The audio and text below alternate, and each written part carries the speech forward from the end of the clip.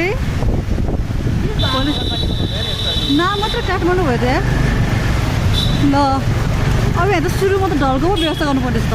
ल त यहाँ खोला खोला खोला खोला हेर्न ल हेर पनि महानगरपालिका यो ढल सानो भएको छ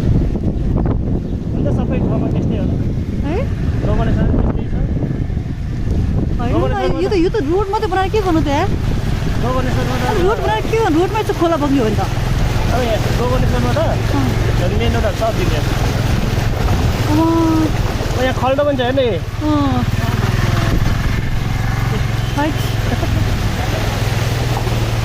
है बिस्तारै जाने पनि है कस्तो ढलपट्टि बिचरा आउँदैछ यहाँ त कति ठुलो खल्डो त्यहाँ त त्यति गरेर आफै लाइक छिराछ कि खुट्टा होइन ल बिचरा बिचक्रो छ यहाँ त यहाँ स्कुटर देखेन स्कुटर हेर्न डुबेको पुरै डुबे के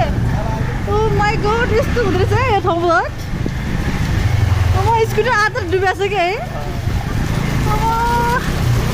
छिरा तरै जानु नपर्ने भएछ त यही रहेछ तलै त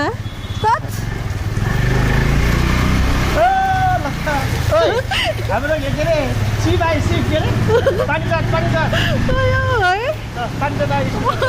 कसम कतिको कुरो पुग्दैछ बौद्ध फुलबारीदेखि म त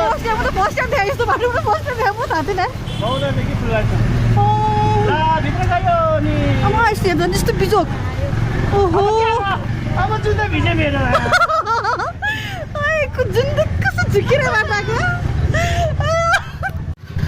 खतरा खतरा पानी चाहिँ खतरा परेको छ ऊ घरहरू डुबेको छ सबै खोला है घर है उता झन् खोला भित्र पुरै घरै छिसक्यो त न अब खोला जस्तो गरेर बिजोक हेर्नु बिचरा है बौद्ध महानगरपालिका नम्बर 6 त झन् खराब पो भएछ त हौ कसरी जाने होला बिचरा छेउछेउमा जाने के हेर न स्कुलको पाङ्ग्रे आधै डुबेको छैन त्यहाँ लगभग पुरै डुब्नु खोजिरहेको छ छेउबाट जानु यता यता खल्डो छ त्यहाँ त खाल्टो रहेछ त्यहाँ भएर त्यो गम्लो होइन तपाईँले छ नि नरोकिकन सुई जानु न हुन्छ हुन्छ नरोके सुइसी जानु न रोक्यो भने चाहिँ स्टार्ट बन्द हुन्छ है फेरि नरोक्नु नरोकिकन जानु छेउछेउबाट जानु त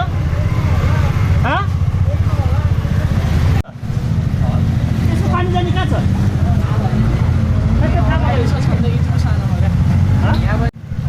हेर त हालत यस्तो झन् हेर पानी छिर्यो गाह्रो छ हौ काम गरी यहीँसम्म आउँछ होइन आइरहेछ न पुरै छिराएको छैन पुरै छिराएको छ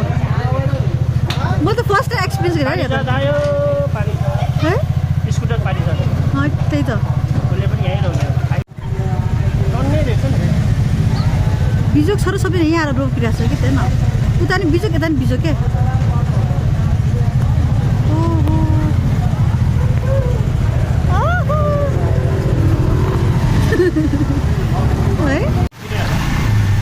छिर्यो त्यो थाहा छैन पुरा हिजो त आधै छिरेको छ है नजाऊ फर्क्यो रिस्क के छ झन्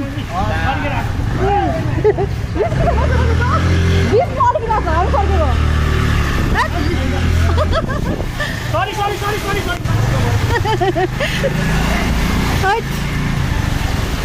नजाने दिदी